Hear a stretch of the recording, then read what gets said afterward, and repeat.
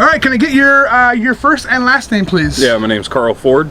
All right, Carl, and is it F-O-R-D? Yes, sir. Just like the car. And C-A, how do you spell your first name? Carl with a C, C-A-R-L. All right, and what happened today? Basically, me and my fiance are just watching some Netflix, and all of a sudden we heard this huge crash and came out front and looking around, and next thing I notice is our tree in our front yard's sitting on top of her car.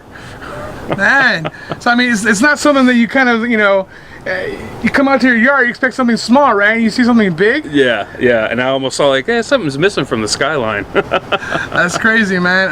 Yep. All right, well, thanks, man. I appreciate it.